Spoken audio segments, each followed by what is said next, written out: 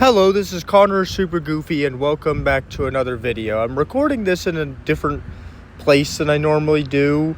I'm recording this at my mom's daycare, but I just now got the chance to listen to evilface in full again, so figured I'd do a retroactive review on this album. Now, evilface is definitely one of the best albums that I released in towards the latter half of my artistic journey, which I wrapped up not too long ago. But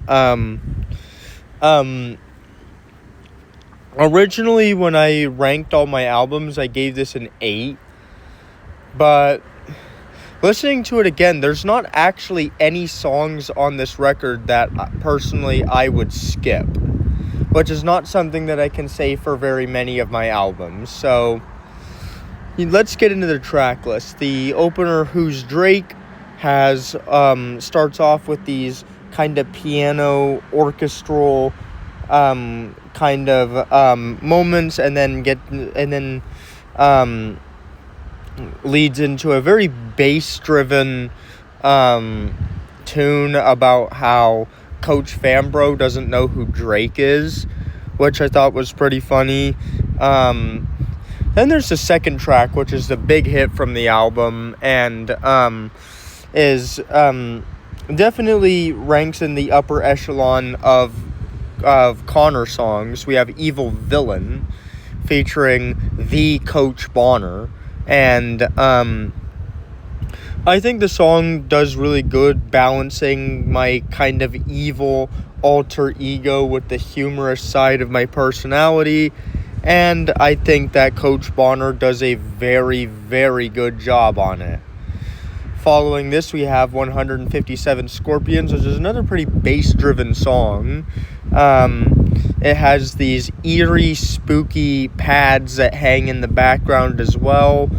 And the song is about scorpions, which I thought was pretty funny as well. Then there's the track Brain, which is definitely one of the weaker moments on the album, but is still pretty good. It's got these pianos and the nice drums, and the pluck bass comes in for the hook, and I think it is pretty good. Following this, we have The Enemy, which is another song that I think does really good, adding to more of the spooky kind of eerie vibes of the album. This is I don't really have much to say about The Enemy, except that it is another song that adds at least a little bit to the album. Following this, we have Don't Talk, which is another pretty big hit off the album. The song features Chase Jensen, and it's definitely one of the better beats I've used. It's also the only beat on the record that I didn't make, as that beat was made by K9 Beats. But yeah, pretty good song. Following this, we have Locked in a Room, which is a pretty sad song about being locked in a room with no door, no windows, and a ceiling too high to see, which transitions pretty well into the 8th track on the album, Super Goofy Christmas, which is a pretty goofy Christmas song with these kind of tubas hang in the background, and a really good drum line and bass line. Following this, we have Jail, which is a pretty energetic, almost sort of club type song with these horns that hang in the background, along with the bass, and the drop is also pretty good on this song as well. The song I Don't Care is, in my opinion, one of the more underrated Connor songs. The vocals are pretty overdriven on this one, and I like the way that the synth chords that play on this song as well. Following this, we have Touchdown, which is definitely my least favorite song on the album. The synths work pretty well, but I don't think the lyrics are all that interesting, and it's just fine, I think. And then after that, we have the track Rap Battle, which is my favorite song on the which is definitely my favorite song.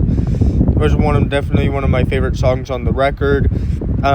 It's got one of my favorite beats that I've ever had on one of my albums.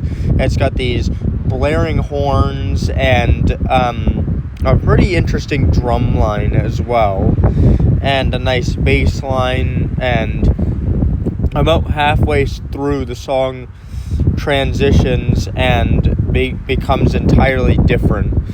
Also, it's one of the only songs where I'm not actually rapping on the in the mix. I leave it to my homeroom classmates Regan Leal and Aiden Navarez to do all the rapping, and I just have an ad-lib in the middle of it, which I think makes it one of my more interesting songs. It's definitely one of the best songs in my catalog, certainly. But yeah. Upon further listening, I think I would say that I am feeling probably a strong 8 to a light 9 on this album. Yeah, that's about it.